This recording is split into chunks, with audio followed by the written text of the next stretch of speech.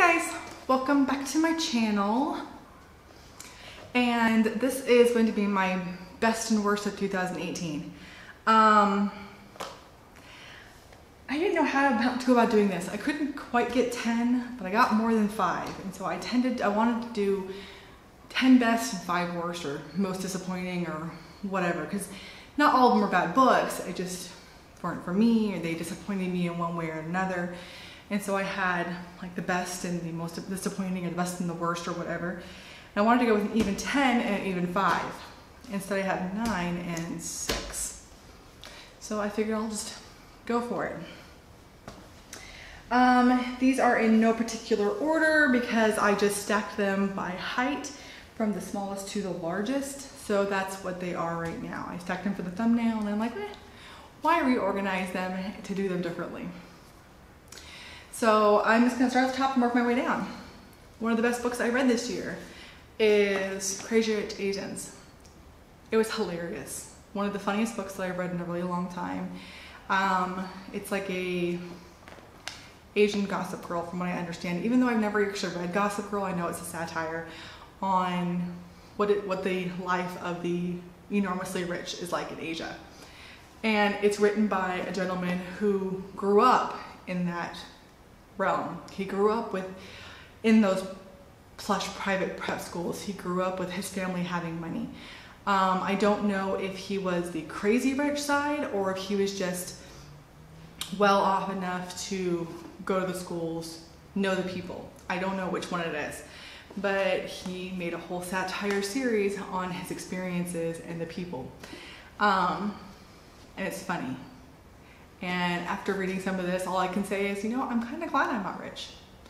Don't get me wrong, I could definitely be happy with a little bit more money, but we don't need this type of wealth, because that has a whole other set of issues. I'm almost done with the 3rd book now. I read the first 2 books in 18, and I will finish the 3rd one at the beginning of 19. I read like 300 pages in the last couple of days of the last one, so I still have another 100 or so pages to go before I finish the series. But yes, very good books. Very funny, very entertaining. Some of these are series instead of just individual books. So the next ones I have are Scythe and Thunderhead. We listened to this as a family in the car in Europe. I don't remember where exactly in Europe we were when we were listening to this, but we did like a travel across Europe in a gigantic van. And in order for me to stay awake when I was driving, we listened to books. And so as a family, we listened to books. And this is a family favorite. Between all of us and Chris, we all loved the series so much. And we're all looking very forward to the 3rd one coming out. This is a utopia, dystopia book. You know, what happens when our world gets to the point where we are so advanced that we no longer die. It's kind of a utopia. We live forever, everyone has plenty of money. But like any utopia, there's always an issue. And in this case, the issue is overpopulation. So you have Scythes whose job is to cull the people, to cull the population, to keep it under a manageable amount. But these books are about what happens when you enjoy your job too much, or what happens when your best efforts aren't enough. So yeah, they were really good, and I'm really looking forward to reading the finale. We didn't realize there was 3 books until we were gearing in on the end of the 2nd one, and we're like, oh my gosh, what is going on? I had to look it up, and I was like, oh no, there's a 3rd one. And everyone goes, oh, when's it gonna be released? Sometime in 2019, and they all go, oh. So we're all very much anticipating the last book of this series. The next book that I grabbed, I got out of a Owl Crates. It's called Foolish Hearts. It's an Emma Mills book, and I'm hoping to be able to read more Emma Mills. I have 2 more on my shelves, and there is a 3rd one coming out soon, so she'll have 4 books total. This one is about this girl who goes to an all-girl prep school, and she watches, accidentally overhears the breakup of the it couple at her school. And she has to do a project with one of the girls from the couple, and they the girl sabotages her because of it, because she was so angry that she overheard her breakup that she sabotaged her grade. And so this is about them trying to get a better grade. After the grade on their paper is blown, their teacher says, you want to get a good grade? Go work on the class production of A Midsummer Night's Dream. And so they collaborate with the all-boys school on the same property, and they do like a production. And this is a really cute, fluffy love story about her and the girl who sabotaged her grade. I thought it was really cute. I definitely like the Midsummer Nights stuff, and it makes me want to actually read Midsummer Nights because I have never read that book. I've only read a couple of Shakespeare's plays, and that is not one of them. Next on my enormous stack, actually the next two are kind of funny. My friend Chris decided that we were going to do we pick each other's TBR, and Chris picked me out 4 books to read, and 2 of them are on this list. Here's the first one. This one is My Lady Jane. It is about Lady Jane Grey, and she was the 9 Days Queen. She is a sub-note in the Tudors series. So it goes Henry and then his son, Edward, and then Edward dies at a young age. They make Jane queen, and then in history, the Edward sisters decide Mary and Elizabeth don't like the fact that Jane has like usurped them, and so Mary goes after Jane and retakes her crown and becomes Bloody Mary. That is the actual history. This is a reinvention of history. And instead of it being a political thing like where it is in actual history, it's a Catholic versus Protestant thing. This time it is a magical thing. Do you have the magic to turn into an animal or not?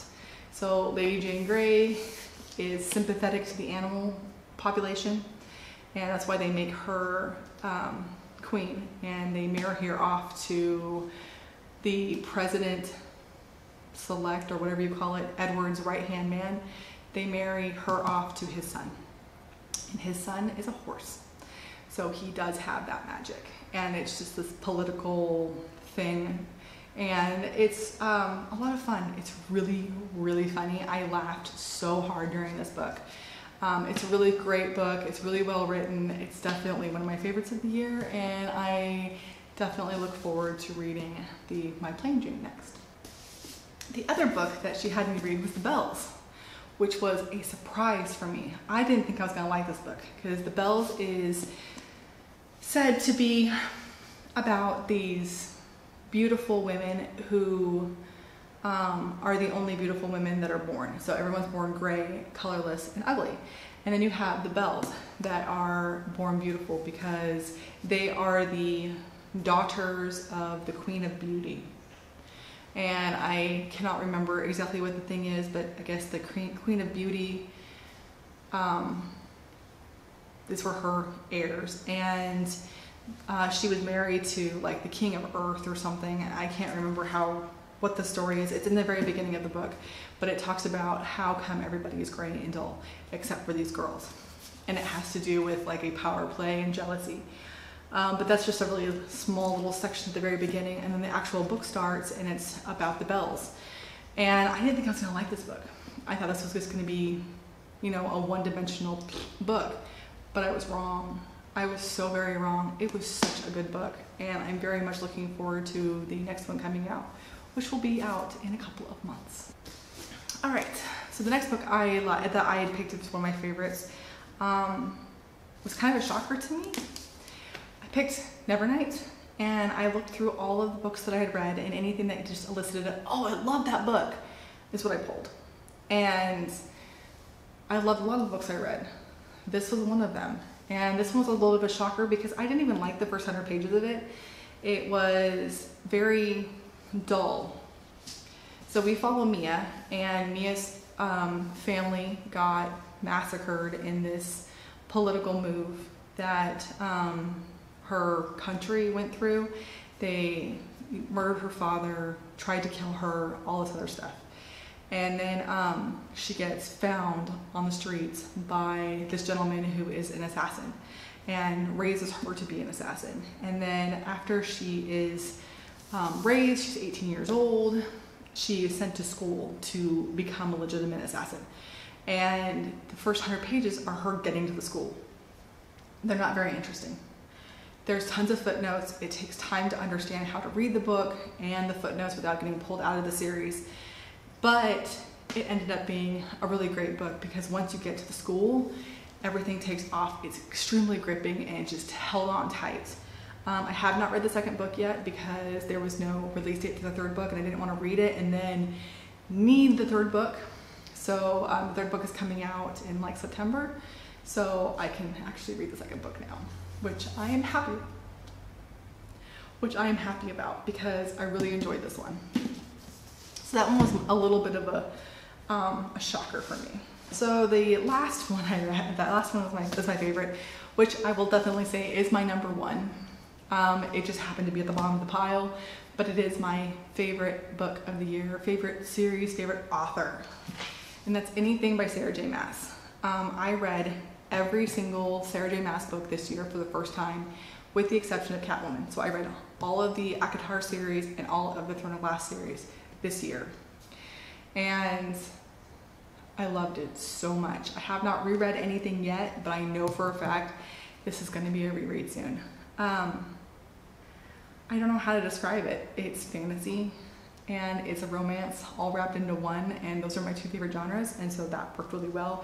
It's very bloody, very gory. There is some very intense sex scenes in these books. So it literally has everything I want in a series, and I love them. So Anything by Sarah J. Maas. Okay, so I said this is my last one. I was wrong. My last one was actually Lumberjanes. I forgot that I had put that on the pile and I don't have a physical copy of it, so I couldn't show it to you guys. But I had Lumberjanes. It was my graphic novel choice. That was one of my favorites. I really, really enjoyed it. I thought it was a lot of fun. I also read I Hate Fairyland, and those were a very top contender, but as I Hate Fairyland went on, it lost some of its love. Whereas Lumberjanes, I've only read the first one so far, and it was just so much fun. And I am very much looking forward to next time one of the bookstores has a good graphic novel sale. I want to buy more of Lumberjanes. So I am terrible at doing this today. One of my favorite books of the year that I did not have a physical copy of because my daughter's friend is borrowing it is Simon versus the Homo Sapiens Agenda. I absolutely adore this book.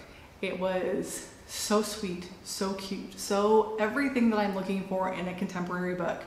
It has angst and it has heartbreak and it is just beautifully written all at the same time. So I am definitely going to have to go through and chop this video apart because I did not pay close enough attention to my notes, and now I have screwed myself over just a little bit. All right, so we started on a high. Let's finish on a low. Let's go through my least favorite books. I have some of them written down because I don't own the physical copies of them, but I do own them and they're in the get rid of pile that I don't want to have to dig through one of the two. There is 6 of them, 6-ish. One of them is an author versus a book. That makes sense. Okay. So the first one is Who is AC? I have the physical copy of this one somewhere. It's in one of my get rid of piles. I did not want to have to go dig it out. So we're just going to say I already unhauled this one and I really didn't like it. The artwork was beautiful, but there was just no point to the entire series. I did not get it. I don't know what it was supposed to be about, but I just didn't like it. Not for me. The second book is also another graphic novel. It's Zodiac, Star Force, and again, the artwork was stunning. But again, I didn't get it. It must have not just, I like superhero stuff. I read quite a few different, so yeah, Zodiac Starfire was very beautiful, but I didn't see the point of it. It was just kind of ho-hum for me. The concept was great, but the execution just didn't work for me. But I definitely had kind of a hit or miss with my graphic novels this year. So everything else I have a physical copy of, so I will just go ahead and grab one off the top. The first one I have is The Witch of Willow Hall. This came in one of my 2-star book boxes, and it's not bad. It's a 3-star book for me, maybe 2.5, somewhere around that 2.5, 3-star books. The problem is that the name of the book gives away the twist of the book. And when the name of the book gives away the twist, it just takes something out of it. Just like, I don't have it in here, but the daughter of the Siren Queen, daughter of the Pirate King and daughter of the Siren Queen, those ones were also really close to making my most disappointing list. They were just okay. I didn't dislike them, but if you knew what the names of the books were, it gives away a plot twist. And you shouldn't put your plot twist in the name of the story. And so I think this book would have been a lot better if I did not know that there was a witch involved.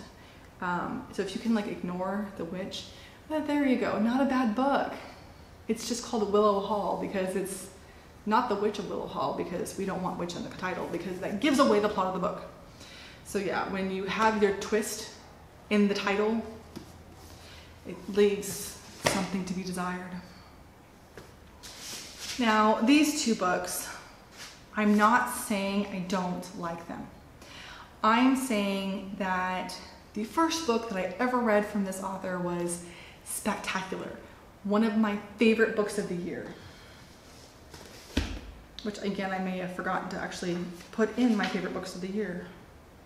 I did. Oh my God, I suck at this.